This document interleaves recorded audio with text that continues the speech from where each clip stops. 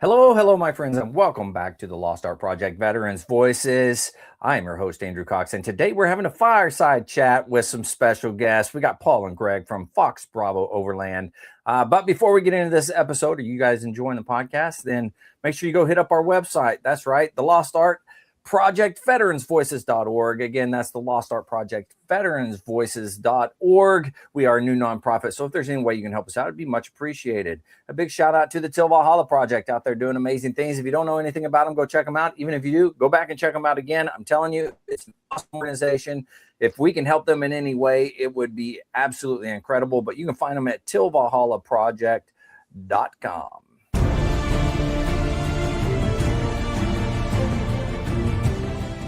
Are you a Marine veteran? Are you missing that bond you had on active duty? Then I have a place for you. Join the only congressionally chartered Marine Corps veteran service organization, the Marine Corps League. Get that brother and sisterhood back in your life. Become one of the fewer, the prouder, a Marine Corps League member.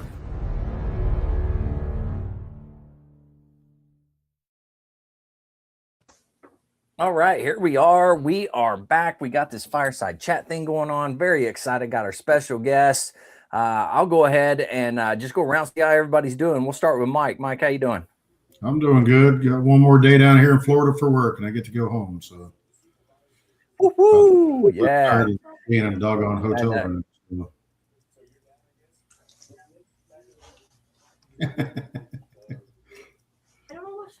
Sorry, I'm being interrupted here. My daughter is yelling at me here.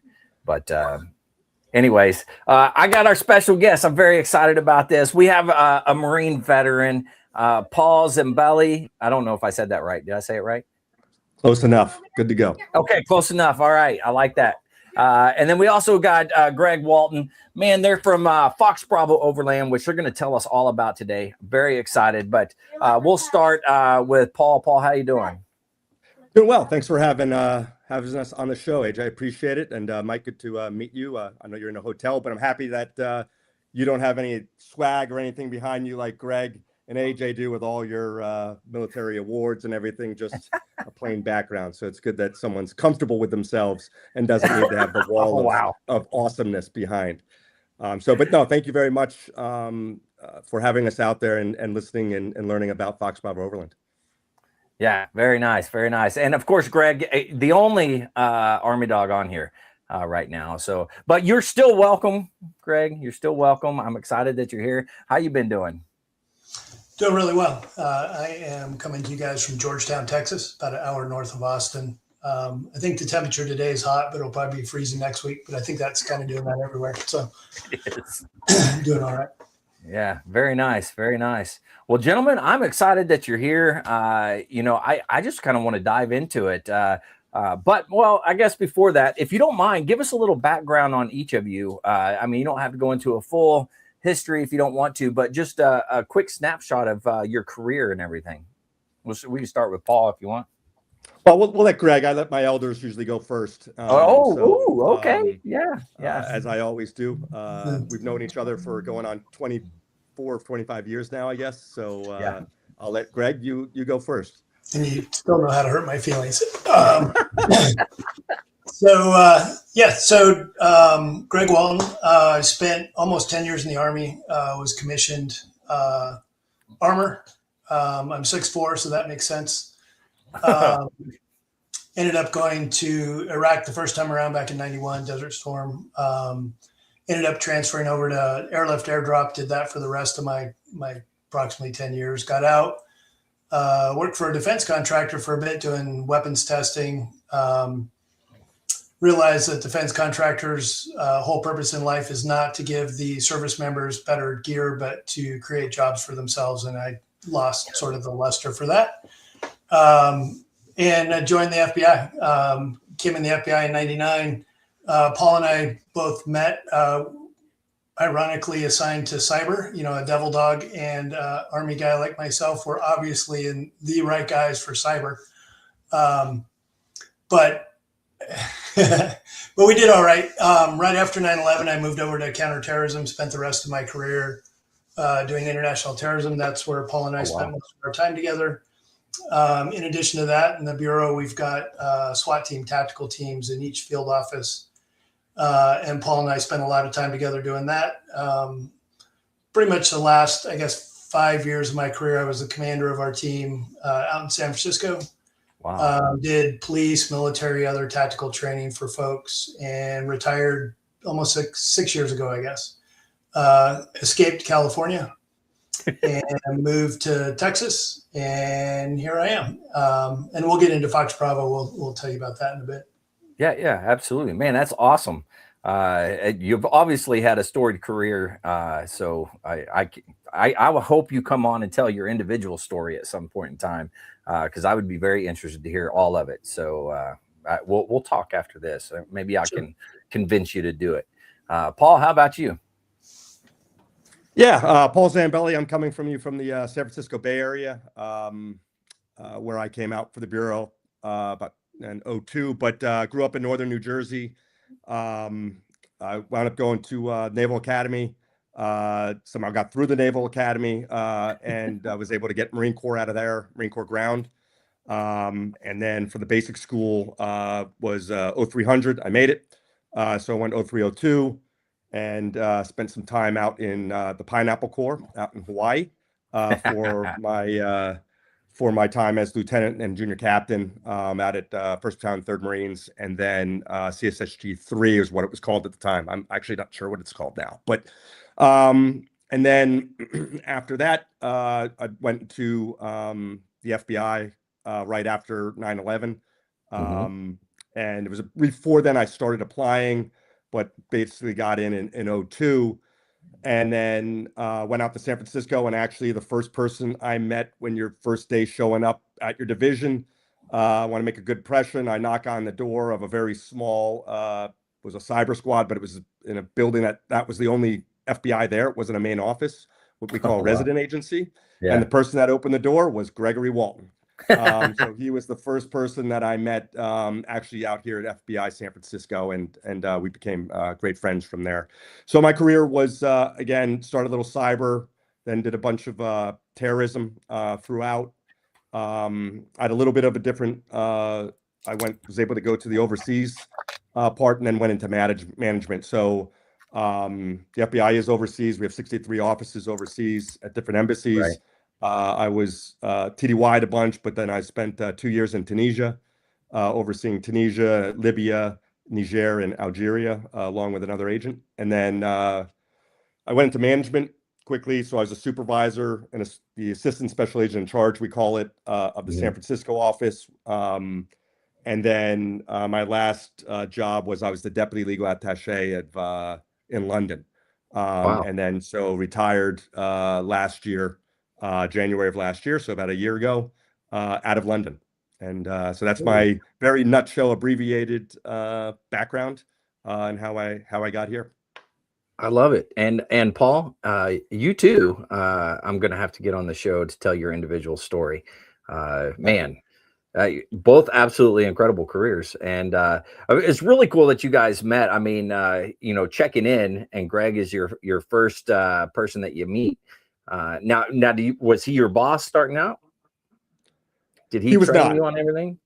Yeah, well, he trained because he was a senior, senior agent to a new agent. So we do have what's called a training agent. Greg was not mine, but he trained me, and we wound up. I was only on that squad for a short time, and then we both left that squad and went up to a bigger building in Oakland, a bigger office, if you will. And then a couple years later, wound up sitting next to each other on the terrorism squad.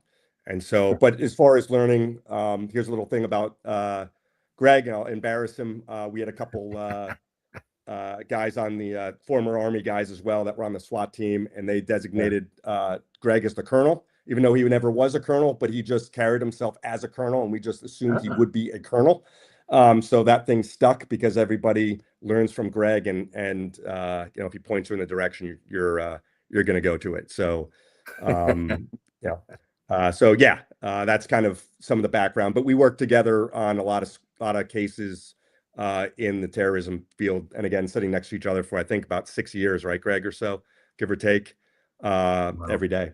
So Now, as you guys moved throughout your career and worked together off and on type of thing, obviously became good friends. And from that, the Fox Bravo Overland kind of came to fruition. So if you guys don't mind, kind of share with us how that happened. yeah, Greg, you mind if I just start real quick? I would love for you to start, Paul. So when I came back, I went back into the Marine Corps from the FBI and did a tour in Iraq as a part of the inactive reserve. Got a call one day and went back in, came back, had a couple, like everybody had a couple shekels in the wallet. And like most of us, I needed a car because I didn't own one.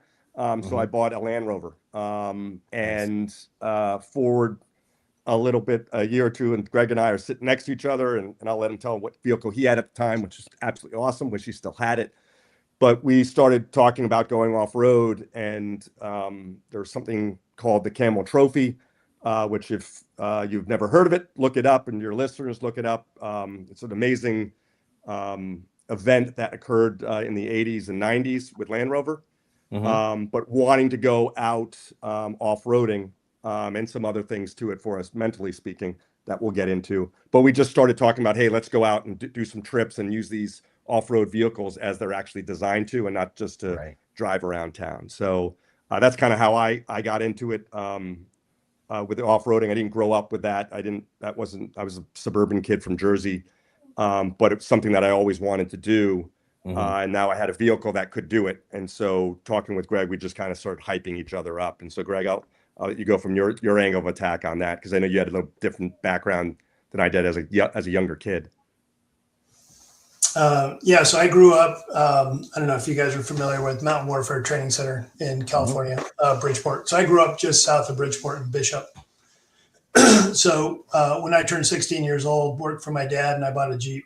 And the cool thing about growing up there was it was all outdoors, everything you wanted to do. So I had no idea. It's kind of like riding a motorcycle. You learn how to ride, but you don't really know how to ride. It was kind of four-wheel drive was kind of the same thing. Lucky I'm still here today. But never really occurred to me that I'd be reintroduced later on. Yeah, I went in the Army. I was on tanks. Ended up doing, like I said, airlift, airdrop stuff. But when I came into the Bureau, I had motorcycles, and we had our second kid. Like, that's not going to really work. What can we do that would be kind of fun? Let's buy a car and go camping. And at the time when Paul had bought his Land Rover, let's be clear, he lived in north of San Francisco, which is pretty bougie. So the Land Rover was in vogue, right? So it wasn't like it was set up for off-road at that point. It was definitely a soccer mom car. And, Yeah. So I initially bought like a really old, like a 1972 Toyota Land Cruiser, and family pretty quickly voted that down with no AC. We're spraying the kids with spray bottles to keep them cool. And so the FBI has a program called Tactical Embed. So both of us ended up deploying overseas as counterterrorism and tactical agents, embedding with military special operations. When Paul already had his Land Rover, I think, did you get it after you got back from your deployment or before? You already had it? I got that in 2005 after I got it from Iraq. And then so before I bought it with what I saved for the Afghan deployment. That was when I started building out the truck. So again, coming back, like a drunken sailor coming in with money, just spend it on things on hobbies that you like doing. So when I got back when I was deployed, it was very low vis. I was using newer Toyota Land Cruisers that were incredibly reliable, really good off-road. So I got back and I was like, hey, you can still have a really cool off-road vehicle that has an automatic transmission and air conditioning and power brakes. It's not overrated. So I ended up buying a Land Cruiser, a newer one, still old, but newer, 90, I think it was a 95, and this is in 2010. Okay. And so, I came back to the squad. So then we're working together, and that's when I think when we really started talking about, it was kind of a combination. One, having been overseas, especially working the counterterrorism thing, how fast everything was going. We were on with special operations on this 4-month deployment. You're running the whole time, and you get back, and Paul and I would put in a request for phone records for a subject, and it would take like 2 or 3 weeks just to find out that who he called, and then we'd have to put in another request and wait 2 weeks to so Right. pretty disillusioned with the whole thing. And we were back in major metropolitan area, and we both kind of wanted to get away. And so I think that was kind of some of the impetus. This is right at the start of some of the overland mapping systems. Like, you could go to Google Earth, but there really wasn't good off-road programs. So we had our big benchmark map books, and we figured out where we wanted to go. And we just asked some friends if they wanted to go. I think we had like 4 or 5 vehicles. Took off from San Francisco, went up over the Sierras out toward Bridgeport, out Bodie and Western Nevada. I think we spent almost a week out there. Really had no idea what we were doing. Realized if we broke down, we'd probably be in trouble. But that was kind of the start of it. And it wasn't until we got back, I don't think, that we really realized how, one, it was fun, and we were around guys like us. But the other thing was, it was a good release. It allowed us to reconnect and away from everything else. And so for a while, we were doing maybe 2 trips a year out there, but it was still our small little group. Right. And I think it was 2016. So we'd been doing it for 5 years, I guess. I was over in the UK, and I ran into a veterans charity called Pilgrim Bandits, which is the SAS sponsored. Okay. And they do adventure stuff for injured veterans. And so talking to them is like, hey, if you ever want to come over to the US, Paul and I do this thing, maybe we could put a trip together. And sure enough, 2019, they came over, and that was our first, I guess, real organized trip. Okay. So the name Fox Bravo, I guess I should kind of illuminate that. So when we're deployed overseas as FBI agents, that was our call sign. So if they needed, and we had different jobs over there, right, running sources and exploiting searches, and we were the guys that could testify if there was a terrorist, kind of thing. Right. So go find the Fox, or the Fox Bravo. So that was our call sign. So we brought that back, promptly claimed it as our own, and came up with Fox Bravo Overland. That's awesome. Well, our first couple of trips, we were Task Force Hombre, which everything had to be a task force. So it was Task Force Hombre. Because at the time, Greg and a couple of the guys had some young kids that they brought their young kids out. We did start with, I think we had one buddy of ours that had this old Jeep that actually the first 3 trips didn't actually make it to the start out point. He broke down before that, and we just left it somewhere, and he just jumped in with other people. But it was the first time we just kind of jumped in the vehicle, and that's what we tell. I mean, from a bigger point, if you do have folks, listening or whatever, that have off-road vehicles that want to go try this, one of the things that we say is, you can, especially former military guys and girls, get out there and find some tracks. The year before we went on our first trip, an ex of mine, we wanted to go to Moab because we were looking for a vacation point. We said, hey, well, we'll bring the truck out and let's go off-roading. So I took a couple courses from Land Rover as an experience course, which you pay a lot of money for them to teach you, but it's actually really good information. And then we went out into Moab and went out into what's called the Maze District, the Canyonlands. Fantastic place, but we didn't really. I mean, it was even worse than when Greg and I were out for that time, because we could at least help fix the vehicles or figure stuff out together. Like, had we broken down out in the Maze District, I mean, we would have gotten out of there. There's other people there, certainly, but But at the end of the day, the vehicles, if you have a good stock vehicle or a good vehicle like a Toyota, a Land Rover, it gets a lot of bad press, but they're really capable vehicles out of the box, Jeeps as well. And you can kind of go out, and that was what we kind of got people to tell, like, hey, just grab your Jeep or your truck and come out and just see how awesome it is to go find no one. And being California based, I have to say it's easy for us. I'm an East Coast guy, so there's not a lot of the amount of BLM land, Bureau of Land Management land, that we have out here and all these places that you can go, especially out in Nevada and the Sierras, it was easy for us to find and not have to drive very far to find no one and to be on our own, and to be out there as a crew with the teamwork, without the stresses of family, the phone calls that you're going to get as an agent at any given time. Especially back then, there wasn't as good cell service as there is now, even 15 years ago, that we could kind of be just on our own and in a challenging environment. And a little bit is you're not showering out there, you're sweaty, and you kind of feel like you're in the field again.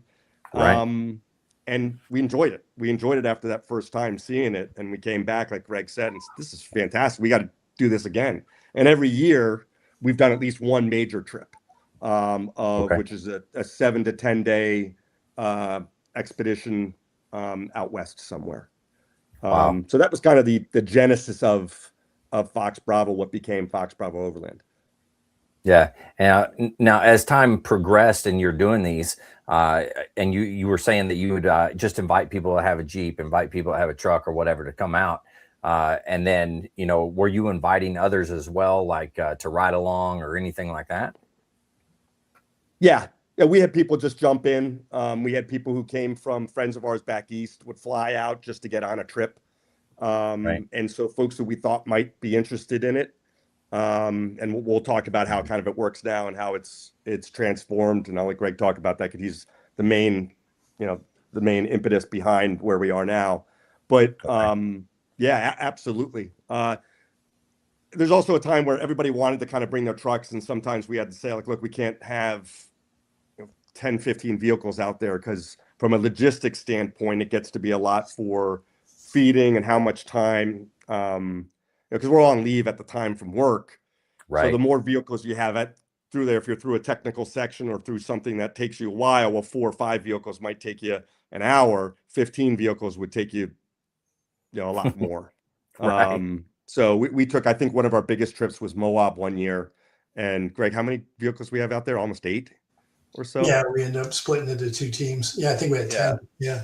Yeah. And it just becomes, the logistics part of it becomes more difficult for that. Very interesting. But Greg, do you want to cover kind of how it, so we did this, and it was AJ for us, mainly everybody we knew from work or family, or folks. I had a couple guys from, a buddy of mine from the Marine Corps came out one time, hey, we're going to do this. And Greg and I would say, this is the dates, this is where we're going, let us know who's available, and, jump in. And so, that kind of was the first, at least on and off, and still kind of is at times, the first 10 trips or so. But as Greg said, 2019 was our first trip taking other folks out that we didn't know. And that was a phenomenal trip. I don't know if, Greg, you want to talk about kind of how that came up. Greg wrote a book, by the way, just to let you know. He helped write a book about the M1 tank that looks like a Haynes manual. So he hasn't told you that, but that's how that's why he was at the Tank Museum in the UK, was promoting his book, which he may or may not be stark naked next to a tank on page 124, I believe it is. You got it. Is it earmarked? Not that I have that like up on my wall, by the way. That's just to let you know. But that's where he met the Brits, and then kind of came back with the idea. So Greg, I'll let you kind of jump on kind of some of the genesis of that. So the Pilgrim Band, it's UK and in New Zealand, and so this great guy Andre Edwards, South African, now a UK citizen, and I started talking, and he goes, "Well, what about folks that are handicapped?" I'm like, "I don't know, we've never done that before. Sure, we'll figure it out." So that first trip, we had 2 double amputees, a single amputee, a guy with spinal cord injuries. And then all of us who were all messed up in the head anyway. And so all of us got together and went out and figured it out. And there was some learning stuff, but we had an absolutely fantastic time. The biggest thing I think we took away was those veterans are exactly like us. The benefit that we have is we have so many resources, that available to us in the U.S. In Australia, for example, like you don't even tell anybody you were in the military. It still has it's almost like Vietnam era. Wow. When I was in Afghanistan, I worked with the Norwegians, and several of them have been over, and nobody even wants to hear that you were in the Army. They don't care.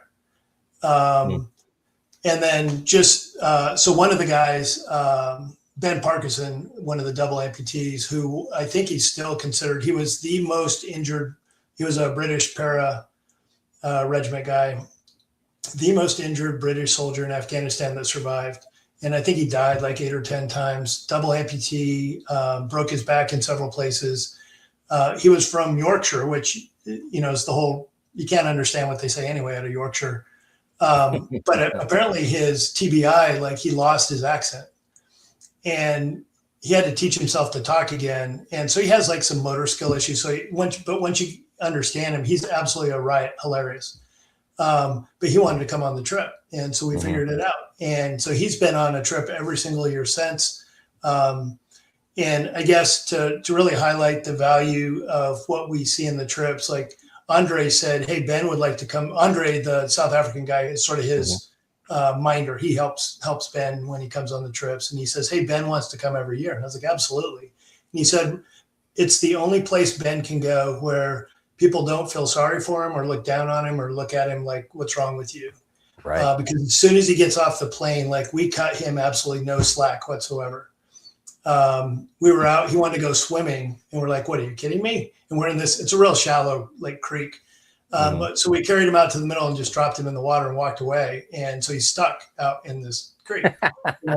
And it was fun for a while. And then he decides he's done. And we're like, well, maybe I'm not sure what you want us to do about that. Right. And so it's just, it's fun. He's back in the unit kind of thing. Right. So that first trip we had folks from the UK and from New Zealand. I retired that year, moved to Texas, then COVID hit. And so we ended up delaying a bunch of stuff. And if you don't know, there's no public land in Texas. There is nowhere to go do this. You drive 8 hours to Big Bend State Park, which is okay. But really the magic is, Arizona, New Mexico, Colorado, Nevada, Utah. Right. So now I'm driving out there to do this. But there's an organization here that I became a part of called Heroes Resource Center. And the guy running it found out what I was doing. He's like, hey, we need to do this again. And so he really kind of got me motivated to spin it back. I needed something to focus on. I was kind of spiraling post retirement. And so we fired it back up. And I think that first trip was Grand Junction, right? Colorado into Utah. And since then we've gone there, New Mexico, Arizona, and this year we're going out of Sacramento up and over into Nevada again. And January of 25, we became our own nonprofit 501c3. And so we've currently got folks that are trying to raise money for us. All our trips are paid for this year. We've got Nice. Everybody's a volunteer, so nobody's making any money. Last year, Paul, he had just retired and we had him out in the bush it was at least 2 months, probably, just camping out there, talking about meth addicts camp next to him and stuff, trying to recon our trail and then lead the trips. And he did every single trip. And so it's a big ask of volunteers, but the way we're structured now, this year we have 4 trips. So we have 2 we call alumni trips. So if you've been on a trip before, you can go up on the alumni trip. And that's kind of our old school we used to do, where we don't know where we're camping. We don't know exactly where we're going. We'll figure it out when we get there. And we've got 7 days. Okay. The intro trips we call the Overland Expeditions are 10 days. And that includes the day on either end back at a hotel. So basically 8 days out. And we have base camps. And that came about really because of Ben and guys like him that they can't drive. Do they really want to bounce around in a truck for 12 hours a day? We'll go do fun stuff. We'll do challenging trails. And we're not, by any means, we're not doing the Rubicon or any of that crazy stuff, but we do some pretty challenging trails. And from the base camp, we go do day trips. And then we started this competition. So for example, if Mike and AJ, if you guys were with me, we be a team for the week in my vehicle. You're going to rotate between vehicles, so you get to drive them all and meet different people. But for the competition, we're the team. And for camping, all your stuff stays in my vehicle. And so we're the team for the week. And then at the end of the week, we sort of have a capstone exercise, and it's not super challenging stuff. It's like pub games, right? We have cornhole and darts and petanque and archery, and we teach land nav for folks that didn't know how to do it, just basic stuff. And then we do fireballing, survival skills. Yeah, we don't have any Space Force guys yet, but we do have Air Force. So we got to deal with those sort of skills. Nice. Yeah. So then like the capstone sort of ties everything together. We give a scenario like your car's broken down. You've got to navigate to find the spare parts. You got to navigate to find water because you're going to get stuck here overnight. And so there's a competition, us against Paul and his crew for time and stuff like that. And we have awesome sponsors that donate prizes, Magpul and Audi Gear and Fjall Robin, Cool. pretty nice stuff. And then the last night we have sort of a farewell dinner, award ceremony or whatever, and everybody goes on their way. The one thing that we've been very careful about, because, and I'm sure you've participated in veteran events where like, hey, you get to go duck hunting, and they outfit you in duck hunting camo and give you a shotgun, and you go out for a day and then you're done. Yeah. And we're like, well, that's really not what we're trying to do. We're trying to build a community. Mm-hmm. And so you getting picked and going out on the trip is just welcome to the team is kind of a thing. And I like that. we're on WhatsApp all the time. There's guys from the UK always, busting us for this and that, whatever. New Zealand. I had a guy from New Zealand call me one day. He was a former infantry guy, now a cop. Mm-hmm. He had just gotten in a near shooting, and he was all frazzled, and he wanted to talk to somebody. Middle of the night there, so he calls me. And that's really like a big deal for us is, I mean, as you know, with the whole 22 deal is, Right.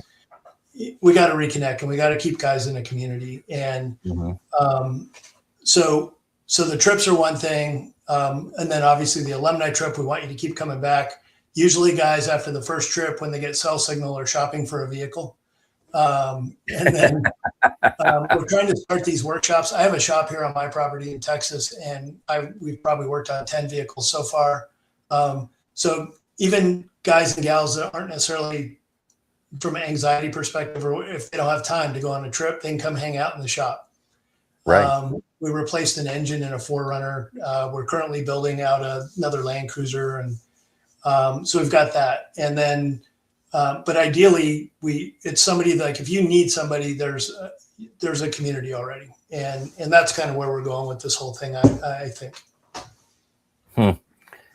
Yeah, it's an awesome perspective on how to do things, and it's unique. I don't know any other organizations that are doing that type of thing. You mentioned like duck hunting, or there's some fishing ones and things like that. But specifically going out and doing the exercise and all that type of stuff is very unique. Yeah, I'm not sure how many. There's some other folks doing some off-roading, but it's usually, my understanding, a day trip or something like that. I think we're one of the few groups that will go out and do a 10-day expedition of varying terrain. And part of that too, especially on the expedition, we're at campsites, because how it will work, we'll go to a campsite, we'll be at a campsite. We have phenomenal support folks. So we have a guy we call Cookie that comes out with the trailer that that Greg basically made, fabricated. And we get all the meals fed to us as we, for the day that we go in. So we'll go out and do some trails, or we'll do training. We're very, very lucky. And for those that go to fboverland.com, that is our website. You'll see there we do have we have some people that are ambassadors, but we also have some folks who are, and I'll give Greg a plug this as well. Some of our folks did the Camel Trophy. They were actual people that were on the Camel Trophy. They've forgotten more about off-roading and recovery and things like that than I'll ever know. We've got folks who've been teaching or in this world for decades, and they are part of our family. They come on the trips as well. And so what we're trying to do is because we do want people to get into this. I mean, we were batting 1,000 from all of our friends, as Greg said, with people wanting to get vehicles and go out.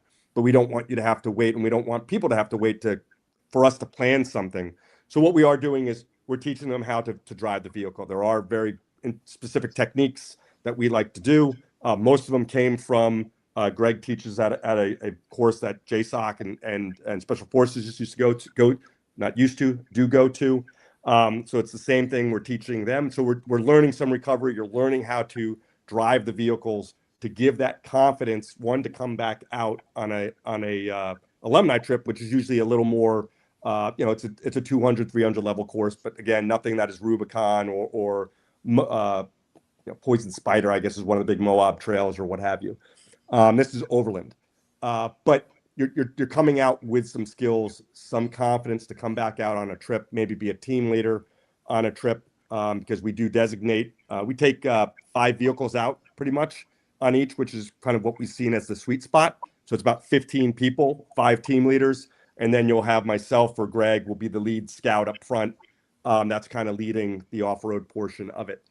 And so what we want to do is part of that community is also, the love, if you like it, is this off-roading overland world, which has been phenomenal. And that's what Greg and I, love. So it's really been important for us to have those skills that people can take out so then they can go enjoy it on their own, but also be out of the community and want to come out on a trip in the future.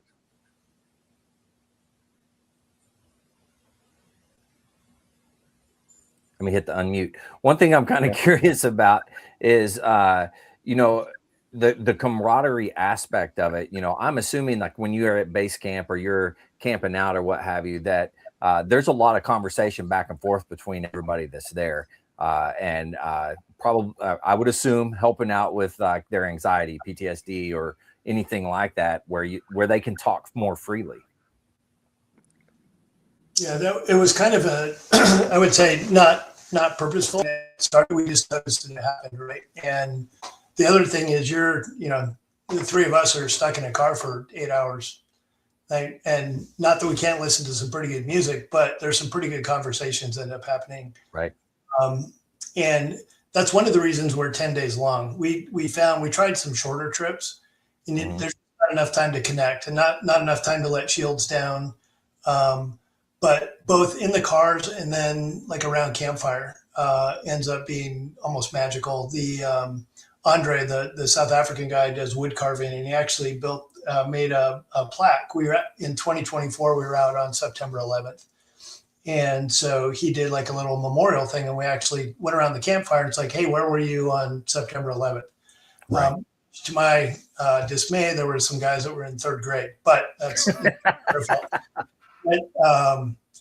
But pretty fascinating and pretty emotional for some folks, right? And but yeah, you're absolutely right. That connection then we found carries on, right? And people they feel free either on WhatsApp is one of the tools we use, but people will just pick up the phone and call the other guys too if they need somebody or want to talk. And and again, yeah, that's what we want to happen. Yeah, I'm loving that. I don't hear you, Paul. Can't read your lips. I was just seeing if you guys knew how to read lips or not. No. We have become international. Greg and I were lucky enough to join a group called Veterans in Action, which is a British group. Fantastic people. They do, and you mentioned PTSD, that they do look at PTSD and kind of that's what they're one of the things they help out with British veterans. And it's been great to have them be a part of our group. Greg and I actually got very lucky and did an overland through Europe with them last year, where we went to Normandy, Hurtgen Forest, Arnhem, and then out to Poland to include Auschwitz and some concentration camps. Amazing group of people, and so it's been lucky that we do have these folks from other places, other veterans, other law enforcement that have come to just kind of there's a shared background that we have with them, and from being in the same places overseas for certain vintage, or just the same backgrounds of being military or being law enforcement throughout the world. And that's been really important to us. And again, that's what we're trying to build, is that community. We're not we're not trying to say, and Greg, if I may say on this, we're not trying to say we're, people that are in some world of strife or whatever, that we're gonna, put you absolutely in the right direction. And I don't want to use the word fix because that's not the correct word, but that's not what we're looking to do. But we're looking to put, we're hoping to get good folks out there that want that connection, that want to get back into something that's interesting like this. And we've had people that have no real desire to be off-roading necessarily. They're not car guys like Greg and I. They don't geek out about all this stuff, about what the Land Rover's coming out with, or the suspension, or you name it, the DC Chargers. But once they get out on that trail, and once they drive, and we had a guy that did not like heights at all, and he's driving down in Arizona this switchback, which is about a drop off that's hundreds of feet, and he's the guy behind the wheel, and there's no one else that's going to take that wheel. Wow. And so it was pretty good. And every night we do sit around the campfire, we go around and talk about the day, kind of what we liked about the trail or what we learned. And it does help with us kind of molding as a team by the end of the trip. Right. Yeah. Wow. That's awesome. Hey, it sounds like a fun trip to go on. I mean, there's nothing better than getting together with like-minded people and friends and just having a good time. And you throw in some off-road vehicles and some good trails, and you can't beat that. At least I can't beat that. Yeah, absolutely. Well, it's Greg. You want to now Greg is AJ, muted. Yeah, well, actually, since you brought that up, Greg, you want to just go over, since we're on it, it's a good segue. AJ, excellent job. It's like you're running this thing. I don't know what I'm doing. And I know time-wise is, I think we got plenty, but just kind of how to apply, Greg, if you want to cover that. I know because you're a little more a part of that than I am. Yeah, absolutely. So we've been very fortunate to have, we've got a couple grants, donors, whatnot. We're trying to go bigger. The problem is with, current administration, as well as just the economy, government grants have gone away. So everybody's looking to private funding. And so now these guys that really know what they're doing, we're competing with them to try to get funding for, and I'm sure you're in the same boat, right? Like, how do I go get money? I'm not a sales guy. I told them Paul and I are going to run the operations. You guys can go find the money. But we've done pretty well. We've had some very generous, really grassroots level fundraising. The trips are paid for. So if you guys wanted to come on a trip, all you got to do is get to Sacramento and back this year. That's your only job, and everything else is paid for. And we ask guys or gals going on their first trip, you don't bring your own vehicle. You need to see what you're getting into because other people are going to drive your car as well. And so if you're not willing to do that, a guy showed up with a brand new Bronco Raptor. That didn't go well. He did not. I think he left early. Had some other issues, but and then Paul took us up this nasty trail where it sounded like children screaming with the brush scraping against the sides of the cars. And just like, oh my God, my paint job. Like, yeah, you'll get over it. But so you don't have to have your own vehicle. We don't let you if it's your first trip. You don't have to know you have to have a driver's license. That's it. You don't have to know how to drive off-road. You don't have to have any experience, even camping, right? I mean, obviously the four of us have a little experience living in the dirt, but we have gear. Like if people don't have camping gear, I swore off sleeping in the dirt when I got out, and then I had kids and I went camping again. But we have stuff. And so Paul and I plan the routes. We're going to go do the recce in May just to see what's what. And then you just fly out. The first day you meet everybody, you get assigned to a team. The team leader will actually be in touch with you before the trip, make sure you're good to go. And then we have training in the parking lot, and then we push out, and then we're on the trail. And like I said, we got 2 campsites for the trail. One's actually pretty close to Bridgeport this year. And then one will be north of Tahoe, the second one. Along the way, Paul's identified some hot springs for people that smell more than others, so we can stop and kind of get clean. And then we got the competitions during the week. And So it's not a heavy lift. It's just a lot of people have anxiety about doing something they don't know about, especially of our vintage, which is weird how we were all thrown into a bunch of stuff, but now people are hesitant to go do stuff. And that's why we're trying to get them out of their comfort zone and get them to do something again.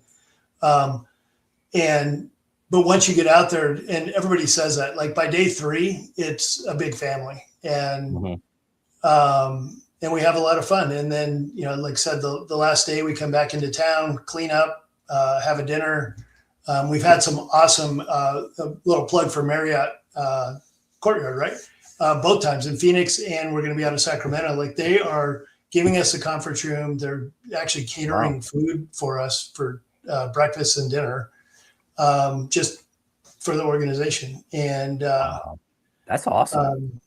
So really, if you two want to go to fboverland.com, you can sign up for a trip. You've got,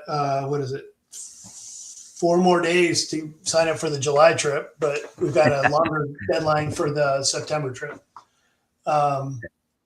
We've got folks from the UK coming, Canada, Ireland. I think that's it this year, maybe New Zealand. And then Americans, and it's open to veterans, first responders, and other service members. Like, we've got the chairman of our board of directors was an FBI agent, but he's also a CIA case officer and security guy. So we don't care if it's a similar background, just come on out. And like Paul said, pretty quickly you realize it doesn't matter what country you're from. We all kind of signed on the dotted line, and everybody's pretty close to the same mindset. So it's pretty good. Very nice. And are there any requirements, like in order to go or whatever, just that you've been you're a veteran, or you've been in a FBI or police force or something? Yeah. So what we say is veteran, first responder, or service member of some kind. And we want to make sure it's a good fit, because we don't want you to get out there and you decide that's not what you wanted. So we do interviews with whoever signs up. Just kind of set expectations, and then make sure we answer questions. A lot of that's to alleviate anxiety too, I think, about the unknown. We had a guy, Tony, who lost 45 pounds in anticipation it was going to be like special forces selection or something. And but it was good because he needed to lose 45 pounds. Yeah. But that was bad. That was on us, right? Like, we needed to set expectations earlier. But I've got guys who'll say, like, I've got spinal cord injury, or I've got migraines or whatever. And I was like, well, this is what we're going to do. Do you think you can do it? We'll accommodate. And if you have to stay at camp one day or whatever, that's cool. But we've got Ben, who every time I feel sorry for myself or my back's hurting or whatever, I just think of Ben, bouncing around with, double amputee and multiple fractures of his spine. And he's having the time of his life. We were in Moab. He was in a car driven by a good friend of mine. We were lieutenants together, retired as a major general. So they call him the general, of course, in his Toyota 4Runner. And he slid off the trail. And it wasn't like in a precarious, dangerous situation, but everybody freaked out.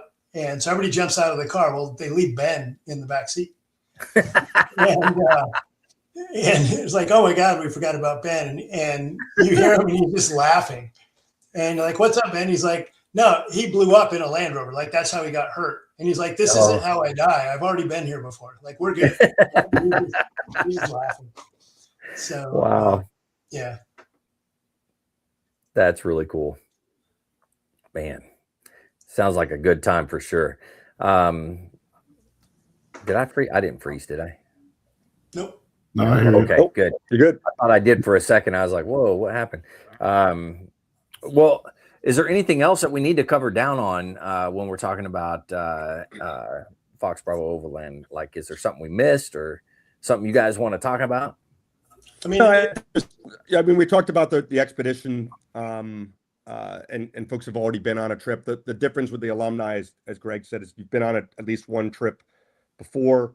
It's a shorter trip, but it's a harder trip. It's a Roman march type of thing where we have a route that we've recce'd, but we are going point to point, and those are going to be longer days in the vehicle. They're more overland specific.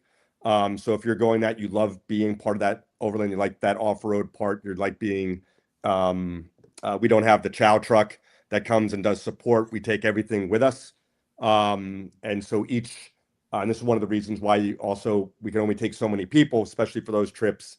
One is time, but two, each vehicle does a dinner every night for everybody. So that moves around. So that gives you that part of, hey, who's got it tonight? And every vehicle has a name. So it might be, Oliver's got dinner tonight. They're making fajitas or something like that. Tomorrow night, it's going to be Luna and they're making whatever. So that trip does work a little different. And again, those trips, people can bring their own vehicles out. We only have so many spots, obviously, and people want to bring their vehicle out. But you have to go and you have to go to the expedition. You have to kind of show that you could be a team leader to bring your own vehicle out on the alumni trip. Everybody that comes out on an expedition has been out on trips. Most of our folks have been out multiple times. We also, for the expeditions, those who are some of the guys who are professional contractors in off-roading that I referenced earlier, they come out on those trips. So you're getting, basically world-class instruction from some of these folks and people that have been going out with Greg and I for some of them up to 15 years, the 15 plus years that we've been going out. So that's just for the listeners on kind of the difference between the two. It's not less base camp and more of it is what we call Roman March. And so we'll try to, and if we get slowed down with a breakage and everything breaks, even Toyotas, or flat tires or something like that, well, we've got to make up that time somewhere because we've got 7 days to do this route. Right. Okay. Very nice. I think the thing that I would add is if some of the people listening, if they've got connections with industry, and it could be outdoor and camping stuff, it could be vehicle related stuff. Like we're always looking for in-kind donations. We're looking for that help for prizes or sponsorships or whatever. And if people want to donate, I mean, obviously this is a charity, nonprofit, and we have very generous people that, so what the way we kind of set it up is a scholarship. So, if Paul wants to go on the trip and you want to pay for a scholarship for him, you can actually support him.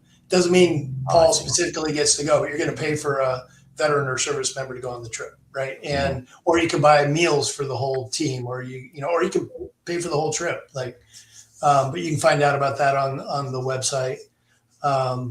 Because we are, like I said, we're all volunteers. Nobody's getting paid to do this. All of our drivers, like Paul said, are people that have gone on trips before, and they're donating their time and their vehicle. We pay their gas and lodging and food on the way to and from the trips, but they're spending a lot of time and their vehicle to get out there. Right. So we do rely on that generosity. Very nice. All right, man. Mike, you've been kind of quiet. You got any questions? No, I'm just listening, enjoying it. I think the question was already answered as far as like bringing your own gear and stuff like that. But you said if you don't have it, then you would supply it. But you're allowed to bring your own gear, camping gear and stuff like that if you have it. Yeah, absolutely. I think at our age, I have shared a tent with Paul, but at our age, I kind of like having my own space. And it's a big tent. It's a big ground tent. So we're not a one man. I don't blame you with that. I mean, I didn't like spending a night in a tent with Andrew either. So I mean, that's I don't know what the deal is. We're not putting. It's amazing how everybody snores but me. I'm not sure how that works. Yeah, exactly.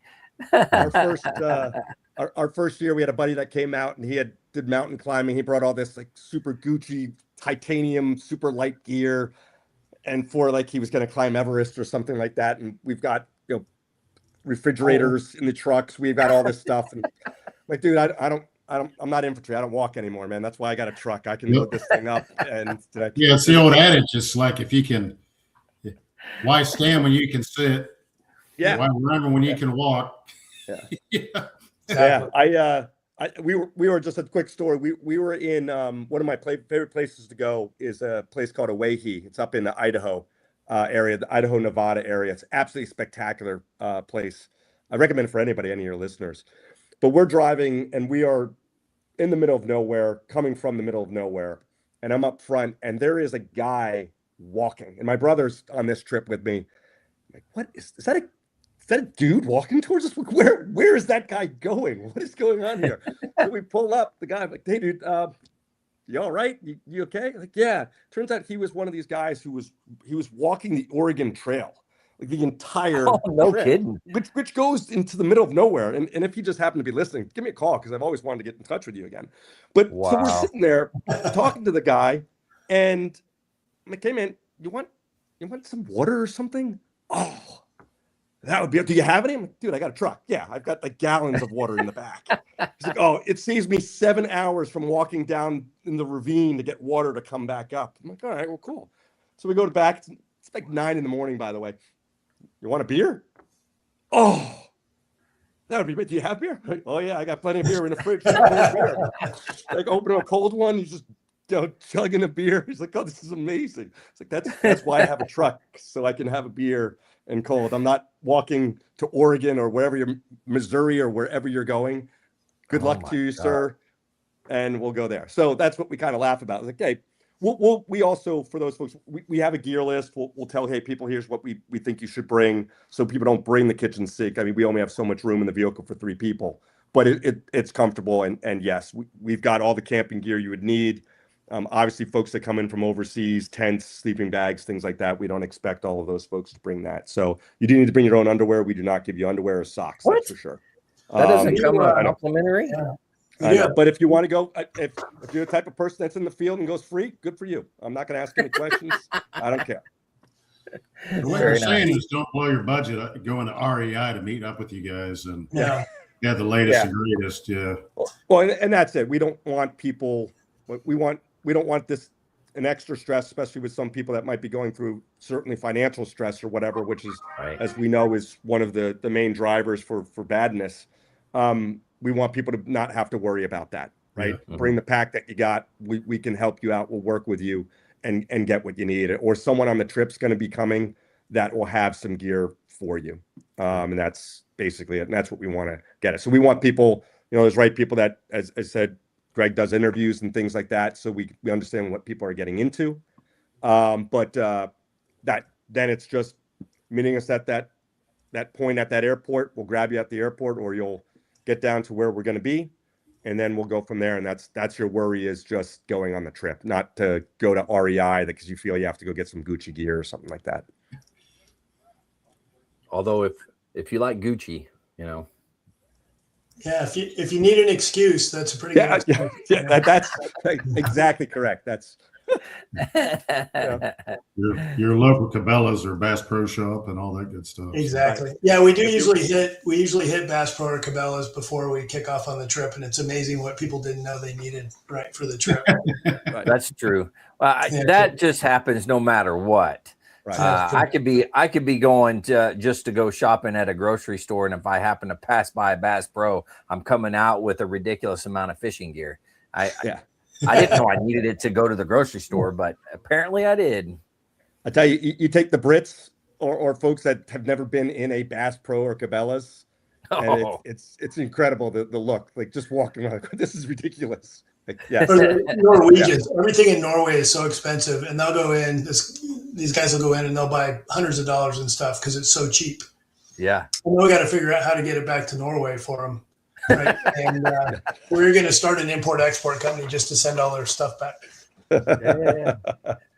There you go. Heck, even people I know from like London and in Europe, they come over here and they walk into a Walmart for the first time. It's like, are you kidding me? I can only imagine if you're any kind of outdoorsy, you walk into a Bass Pro or anything like that, they're probably losing their freaking mind. The taxidermy or the taxidermy or some gigantic fish like tank. It's just, you see that stuff. Fish tank, absolutely incredible, right? Yeah. Yeah, I think Andrew, you kind of hit on a little bit ago, but like you were saying, as far as veterans, first responders, stuff like that, do you guys have any limitations on veterans and stuff like that would prevent you from doing this? I mean, we haven't really come as far as physical or mental issues. I mean, obviously, if you're not in a fit state to sit through an interview and decide to go on a trip. We've only had, from all of our trips, we've only had one guy that we had to fly home that kind of had some issues. The guy that we went to Europe with last year, Billy, who runs their program, said basically you can't take everybody screwed up all at once. That's like the bottom line, right? Because then they all mutiny on you and your trip's over. So if you have a pretty good ratio of crazy and not so crazy, then you can, sort of tag team taking care of people, and really pretty quickly it becomes pretty tight knit. So we really haven't had issues like that. As far as physical issues, I don't think we've really we haven't turned anybody away, and I go back to Ben and what he deals with, and some of the other amputees and just other people that have to take medication, heart medication or whatever. Is we set expectations, like we're going to be up at altitude, you're going to sleep outside, and it's going to be 30 degrees, you're going to sleep in a sleeping bag. And if people can do that, they can ride in a car, then we don't make them walk anywhere really. So there's really not much.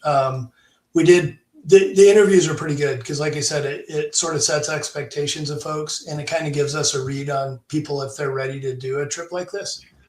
But yeah, so far so good. I like it.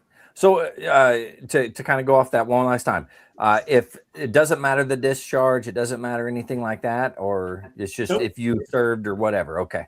Yeah. That's what I wanted to check on. Yeah. Okay. Awesome. Yeah.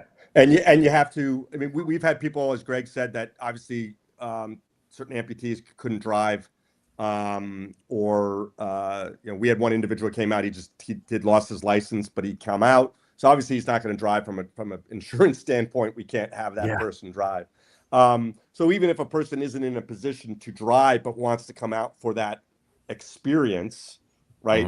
Whether it's to be on the trail or be with folks or whatever. And we've had some very successful folks come out that, really could take or leave the driving part of it, but just enjoyed being part of the crew again and seeing some phenomenal, it is spectacular in this country. And you really get that from the other folks, and even guys from New Zealand, which I haven't been there, but obviously we've all seen what that country looks like. But they look at some of the stuff that we have in our country, and we're really, really lucky to have what we can. We're even more lucky, as I said earlier, that it's open land, that no one owns it, and we're all allowed to go and be a part of it and take advantage of it and see it. And so that's really, and we talk about that in the interview part, but we've had that. So, but to get in, to get some stick time, to get behind the wheel, you need to have a license. And as I said, we had a guy on our last trip that we met down there in Phoenix, was helping us out, and he was a helo medic for a first alert medical evac company. So it wasn't military background or everything, but that's a first responder as we're concerned. So that's a person that's going to come. So it's not just necessarily law enforcement. We're also looking at first responder. Anybody who had that type of job, right, working for, government essentially, right, type of thing. Right. Yeah. Absolutely. Shoot. Well, thanks for coming on here and sharing and telling us what's going on with what you have. I think it's incredible. I think everybody should go out there and, sign up, have you guys do the interview. That way you're overwhelmed and you have so many people you got to go. No, I'm just kidding.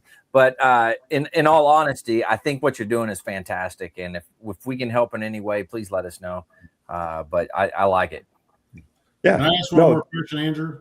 Yeah, go ahead, man. I apologize. I didn't mean to cut anybody off, but is this something that you would, be interested in trying to expand, like to the East Coast or something like that? Or, I know there's a lot to it. Yeah. It's not that simple, but. Yeah, I think the issue with that is, yes, we would like to expand and open it up and make it easier for people to get to, but the reality is, the open land, right, on how you do some of these trips. Vermont has some places where you can go to, but to really go on a long trip, you could probably, my brother and I, my brother's in Pennsylvania, outside of Philly, looked up going into Canada, actually, which is up into Ontario and up in Newfoundland and stuff like that. There are some great trips there, but logistically, we're mostly West Coast folks, so getting all of the vehicles and everything back there. But certainly it's something that we'd like to know. And if there's some folks that know some great places out there where you can go for 10 days, being from Jersey, I just haven't seen that, Mike. And so that's our big thing about being out west. We also looked at Arkansas, but again, when you're looking at a 10-day expedition that's covering a lot of room, we just haven't figured anything else outside of the West that we could do that, especially with the BLM National Forest and all that open land that we have. Well, it had to be one of those things that, I mean, you guys had these expeditions, you know, it almost had to be something where you had another team doing the same thing at that point. And, you know, there's a lot to it. So I was just curious to see. Yeah, no, we'd be happy. Yeah. Growth pattern like that would be fantastic. If we get enough, and we're starting to have more. There's a big nucleus down here in Texas, of course, because that's when we sort of restarted. We got a bunch of Texas folks. We're actually going, 2 of us are going to Arkansas the end of April to kind of do a recce out there and see if, because some of the guys out there are like, yeah, we've got plenty of trail. I know that's not East Coast, but for a West Coast guy, that's East Coast. Absolutely, yeah. But it's more East, right? And so now some of our guys are in Colorado and Wisconsin and Ohio and Virginia. And so it is feasible. And I think as we grow, I think that's absolutely a great idea. If we can get, we would like these hubs, right? Like even with the workshop piece, to get people involved. So now, whereabouts in Arkansas are you going to be going? So looking up in the Ozarks, so probably going just south of the Missouri border, and then sort of heading west toward Bentonville, that direction. There's a guy that I work with teaching off-road driving who actually lives up that way. And so he's promising the moon. He wants us to go check it out. So we'll see where it actually is. Totally different terrain, right? Like a lot of wet, swampy, but could be good. So so we may very well in the future have a trip. I think next year we're looking maybe at being back in Colorado. So, and the other issue that we haven't talked is just weather, right? We're not really looking to do winter trips, quite frankly. It's understandable. And so when you're out west, right, there's really only May through October that you can, maybe into November, that you can do a lot of these trips, just because of the snowpack or what you'd have, and maybe a little on the East Coast as well. But it is something that we do look at, and by going to other places, whether it's Arkansas or wherever, that we can do a good, 7-day, 10-day trip on. If there was something that we could put in the winter, it would allow us to even it out, because we do sometimes have to compress stuff just for weather reasons. I did my first part of my recce down in Phoenix this year, and I have a Land Rover Defender, which I bought a couple of years ago, which the AC is not really working in. It doesn't have AC anyway, but I put some in and it doesn't really work that well. The bottom line is 108 degrees, gets warm for anybody, even with AC and the vehicles.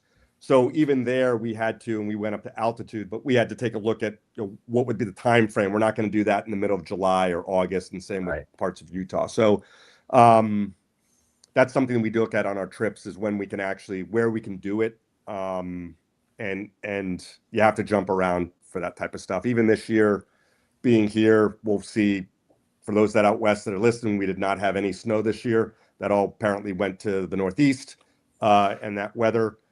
So our fire, we'll have to see kind of what the fire ratings are by the time we get to our September and October trips, which will be out here, kind of how those affect things, right? And so, we'll figure it out. But that's another thing, Mike, that goes into these trips, is kind of what are we looking at for weather-wise, and how that will affect, how the trip happens and how it works. Yeah, that's a good point. Good point. Yeah. Wow. Well, guys, thanks for doing this. Truly appreciate you guys. Now, we always do at the end of this, and I don't know if you've ever watched any of the shows, but we always do what we call words of wisdom. And I don't know if you're ready for that, but we're going to do it anyways, whether you are or you're not. So I'll hit Mike up first, so you can kind of get an idea of what's going on here, and then I'll give it to you guys one at a time there, so you can give your words of wisdom. But this is the segment we call words of wisdom.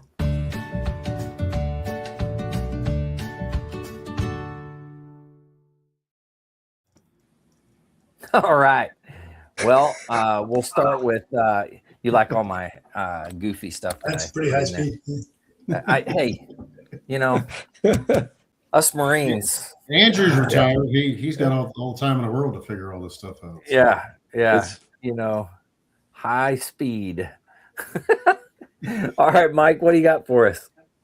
Well, this one I actually heard on a radio show. They were talking about, they do a thing that's kind of like what you do, Andrew. It's like they call it go around the room. Mm-hmm. You know, you have anything, what do you want to talk about?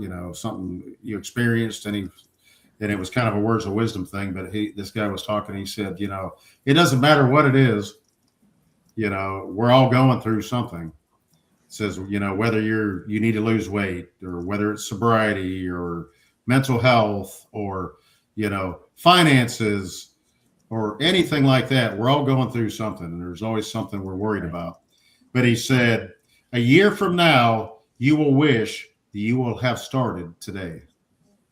Ooh, wow. That's pretty powerful. Yeah, I like that. We all have, I'm numero uno on that one. I'm the biggest offender. I've got 101 excuses why I won't do something or why I can't. And it's because of me personally. It has nothing to do with, circumstances. Right. But, if it's kind of like what you guys are talking about. You bring people together, and that's something like this podcast does. You rebuild camaraderie, you do things and change your mindset. But a year from now, will you regret that you didn't do something? If you started today, will you regret it a year from now? Yeah, that's good. Man. And that's something that, I think we all need to stop and think about. At least me.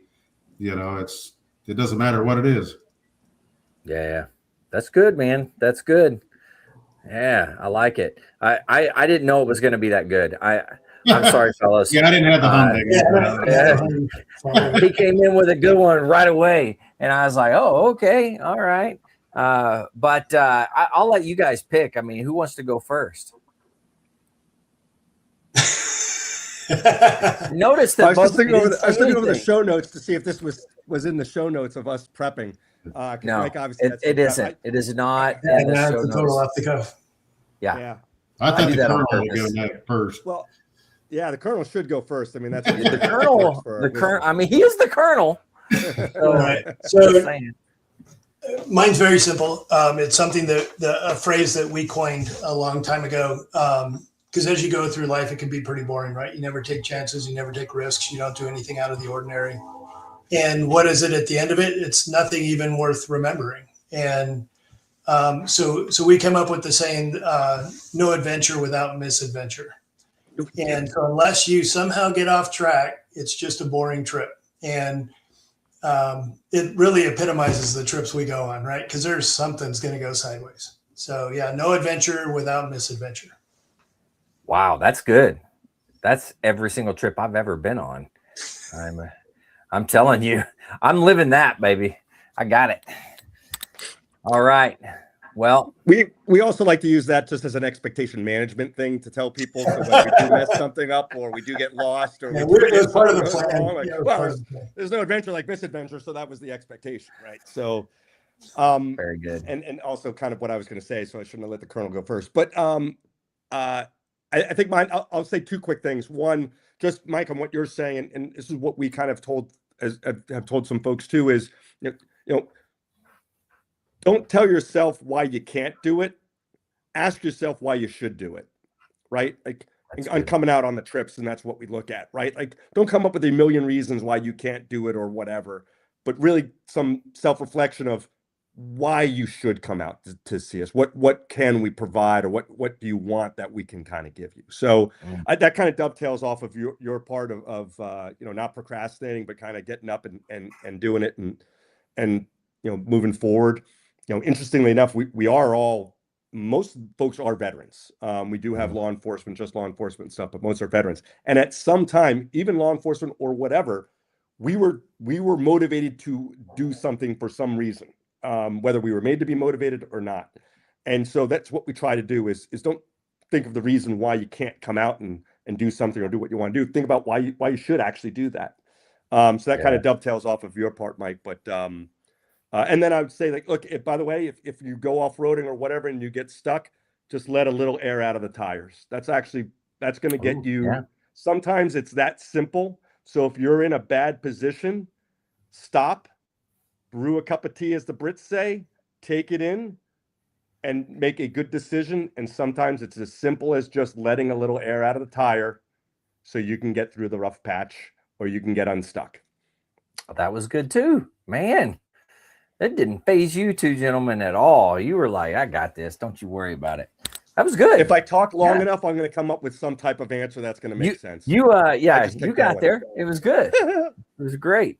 That's guys. the officer in you. Yeah. But guys, thanks again. Real quick, hit us up with like a way people can get in contact with you, or any last minute things that you want to tell everybody.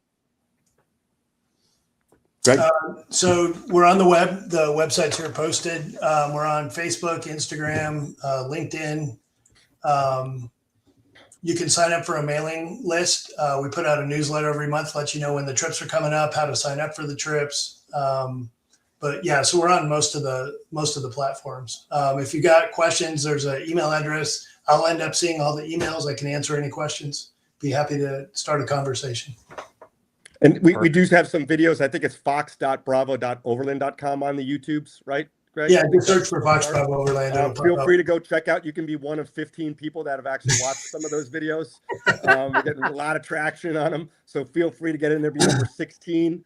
There might be a prize if you're under 20, and we know it. You know, you have 10 minutes for $19.99, get this special award. But there are some videos about what actually the trip is like, and some stuff that are out there. So feel free to kind of take a look at that, or as Greg said, the other social media, and maybe get an idea of whether it's something you'd like to be a part of or support. Cool. Right? Even if you don't want to be a part of it, but you want to support and help out, that would be really helpful. Absolutely. Well, shoot, I've had a good time. Hopefully you gentlemen had a good time. You know, we'll have to have you back because you're going to tell your individual story. I'm sure everybody out there is just on the edge of their seat. They want to know your individual story and everything that you did. So I look forward to having you back. Am I strong arming good enough, or do I need to work on that? Anyways, thank you again for coming on. Truly appreciate it. I'll end this the same way I end every single podcast, and that's talking about veteran suicide and ways to get some help. But for anybody out there, if you're struggling, you need help, don't forget the VA does have some good resources. You can dial 988, press option 1. You can always text 838-255, or go to veteranscrisisline.net, click on that chat icon. Any of those options will put you in contact with somebody that can help you out. But remember, one veteran life loss is one too many. I care about you. Paul cares about you. Greg cares about you. Mike cares about you. The whole veteran community cares about you. So please reach out for help. And if you're out there, you're not struggling, reach out to the buddies you served with. Ask them how they're doing. If they need a helping hand, please give it to them. All right, fellas, one last time. Thank you very much. To everybody out there, stay motivated. Change your socks.